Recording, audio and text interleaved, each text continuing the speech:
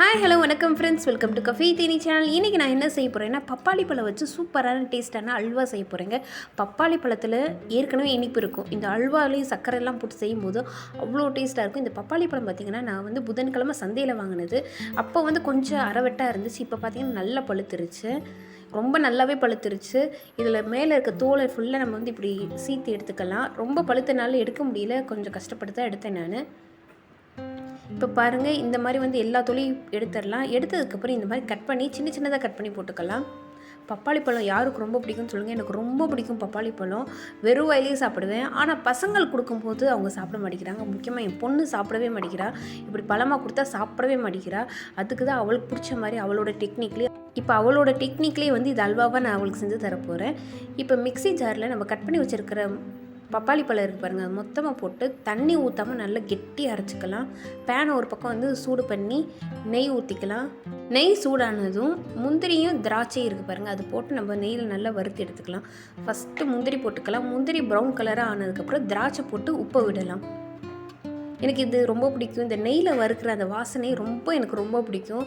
வீடே அப்படியே ஏதோ ஸ்வீட் செய்கிற மாதிரி வாசனையாக இருக்கும். இப்போ பாருங்கள், உப்பு ஆரம்பிச்சிருச்சு. இதை பிளேட்டில் எடுத்து தண்ணியை எடுத்து வச்சுக்கலாம். கொஞ்சம் கம்மியாக தான் இருக்கிற மாதிரி இருக்குது. இருந்தாலும் என்ன செய்ய, இவ்வளோ தான் வீட்டில் இருக்குது. எமர்ஜென்சிக்கு பசங்க வேறு ஏதாவது கேட்டாங்க, அதனால தான் இது செஞ்சு கொடுக்குறேன் நான்.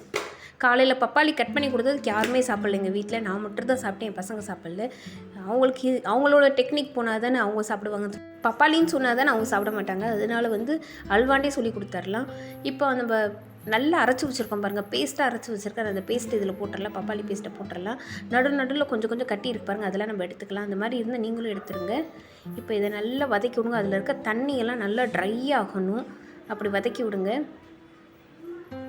அதுக்கு முன்னாடி என்னோடய சேனலை சப்ஸ்கிரைப் பண்ணாதுங்க. ஒரு சப்ஸ்கிரைப் பண்ணிட்டு ஒரு லைக் போட்டு விட்ருங்க. சர்க்கரை ஏற்கனவே பப்பாளியை டேஸ்ட் பண்ணி பார்த்துக்கோங்க. சில பப்பாளியில் அந்தளவு ஸ்வீட் இருக்காது, சில இதில் ஸ்வீட் அதிகமாக இருக்கும். இதில் நார்மல் ஸ்வீட்டாக தான் இருந்துச்சு. அதனால தான் சர்க்கரை கொஞ்சம் அதிகமாக தூக்கலாக போட்டுக்கிட்டேன் நான். நீங்கள் உங்களுக்கு தகுந்தாப்பில் போட்டுக்கோங்க.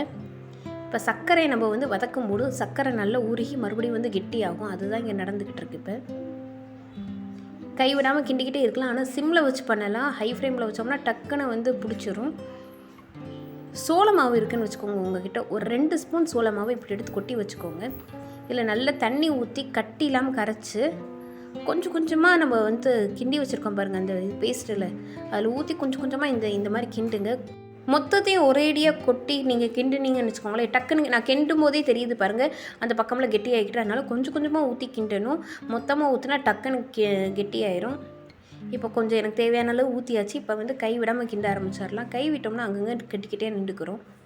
ரொம்ப ஈஸியான ப்ராசஸ் தான், ரொம்ப டேஸ்ட்டாக இருக்கும். இப்போ பாருங்கள், நல்ல கெட்டி ஆகிடுச்சு பாருங்கள், உங்களுக்கு தெரியுதா? ஆனால் இன்னும் கொஞ்சம் நம்மளுக்கு இன்னும் கெட்டியாகணும்.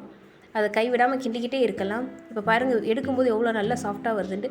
நெய் விட்டுக்கலாம். இப்போ 2 ஸ்பூன் 3 ஸ்பூன் உங்களுக்கு தேவையான அளவு நெய் விட்டுக்கலாம். எனக்கு நெய்னால் ரொம்ப பிடிக்கும், அதனால் நான் 3 ஸ்பூன் விட்டுக்கிட்டேன். இப்போ நெய் விட்டதுக்கப்புறம் நான் கிண்டி காட்டுறேன் பாருங்கள். அப்படியே அல்வா மாதிரி சூப்பராக அங்கே பாருங்கள், பேனில் ஒட்டவே இல்லை, அல்வா மாதிரி சூப்பராக வருது பாருங்கள்.